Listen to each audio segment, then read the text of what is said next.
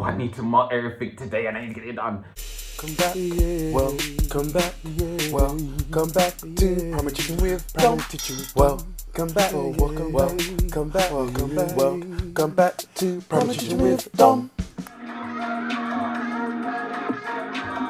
Hello and welcome back to Primary Teaching with Dom. So in this video, I'm going to be just talking about, like, you know when you do those notes to yourself, so you kind of make, I know people don't do it, but sometimes you can make videos for yourself for the future or for the past or whatever. And you know, people, you can do notes, so you write them now. There's a website, I'll link it down below, that what you can do is you can type yourself an email. You can type yourself an email, like an email message, and you can do it like you can schedule it for like a year, 5 years, and then it will just email you back.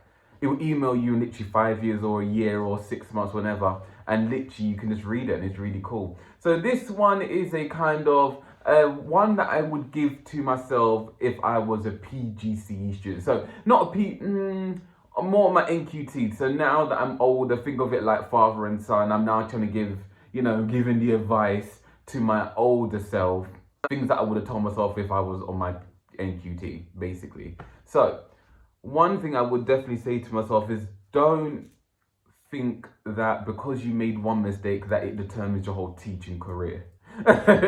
Now, what I mean by that is that obviously, as I've said on my channel before, I had quite a tough NQT year myself. I wasn't really feeling teaching as much, just because of everything that how everything was going in teaching in general.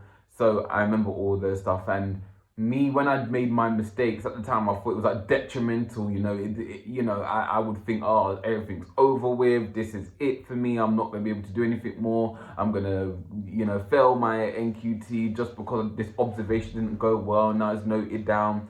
But what I just want to say to myself is that mistakes happen in general, everything. And it's strange because I say to myself, mistakes happen everywhere else. But then when it comes to something personal, something that you really do care about a lot, that whole rational mind sometimes just goes away. You don't know where that's gone. You don't always think as rational. So when I've had mistakes, I've had bare of them.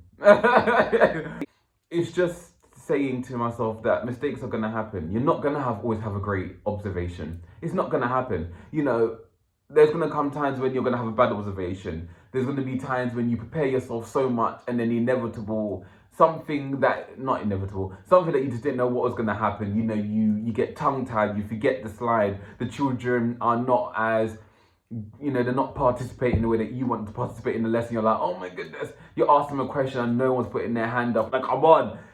Those kind of things during observation, those are the things that happen, and it's going to happen. Even just in terms of school-wise in general, mistakes happen. You forget to do this, you forget to do that. Oh, I didn't mark those books. Oh, I need to do that. Oh, I forgot I need to do that club. Mistakes happen. It's just telling yourself that it's fine, it happens. Even the most experienced teachers that I've spoken to still have mistakes. They still have bad observations. They have good ones, bad ones, okay ones. They miss out on things, they forget things, but that's just life. That's just being a human. The next one I would say to myself, is just saying, relax as much as possible. Don't take school home. Now, I do sometimes do that now, like ever so often. If there's like a big mark, something that I need to deep mark, do a lot of stars and really give major feedback, I will sometimes take that home, because at school, if I'm to deep mark, I want to feel comfortable, and I feel more comfortable sitting at home doing it, because I just feel comfortable at home, knowing that I don't have to get up and leave a building. I can literally just sit through. So on those occasions, which happen once every 3-4 weeks or so, I will do it. But what I used to do on my NQT, I used to take books home all the time. I used to mark at home all the time. I used to finish work at 6:30 and still bring stuff home, and that's now a no-go for myself, because bringing school home then means that school is now my home, and that's not it. Because then I never then escape school. I'm always thinking about school. In general, I do think about school anyway, but it's like a passing thought in my head rather than on paper, marking. Oh, I've got to mark all this. Okay, I'll eat quickly and get that out of the way. Oh, I want to work out. I can't do that now because I've got marking to do. Those kind of things, that's what I used to do all the time. Yes, books need to be marked. Great, but then the next day there'll be another book. There'll be more books to mark. It's a never-ending cycle. Now, I'm at the point where I'm like, well, the books will be marked tomorrow. I see them there, I'm like, well, I'm going home. They can be marked tomorrow, you know? I just come in the morning, I might, I come in the same time and I mark as much as I can. And then those that don't get done, I will mark then at playtime or lunchtime, whatever I can do at the time. But COVID, it changes slightly. I'm just not in the mind frame of, oh, I need to mark everything today and I need to get it done. Only on big marks because I know the children need to see tomorrow to edit and self-improve and all that. I might do a lesson on improving. So I will do that. But in general, I don't bring books home like that much at all.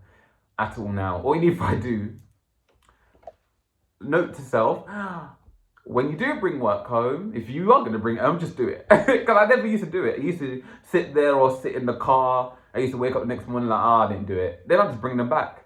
It's good for the muscles, but it's not good to do. So just leaving work home. And the last thing that the next thing I'll tell myself is a work-life balance. Have it.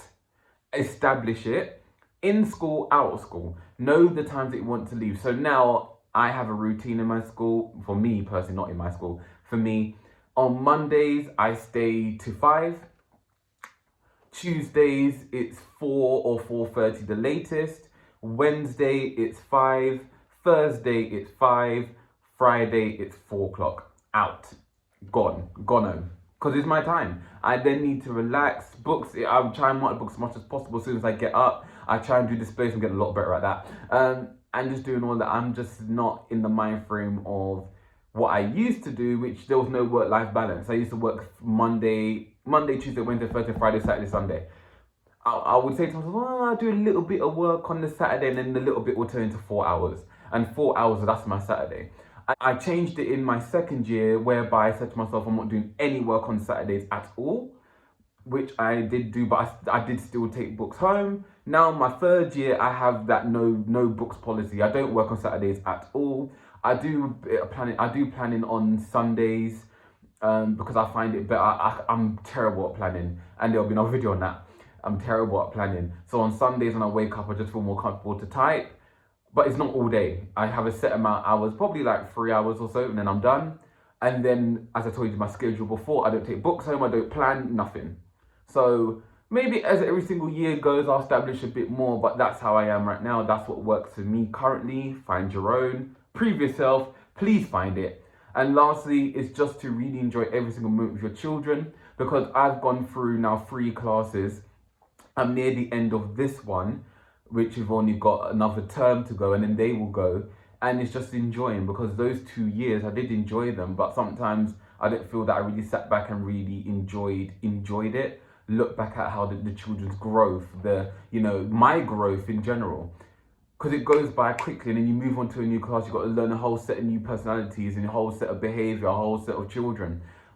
And that connection that you had with your previous children, not that they go because you see them in the hallway, they say hello to you, but you don't get that level of being in the class. So just enjoying every moment is key. Yes, hope you enjoyed, and I shall see you in the next video. What should the music outro be? Because I love the song.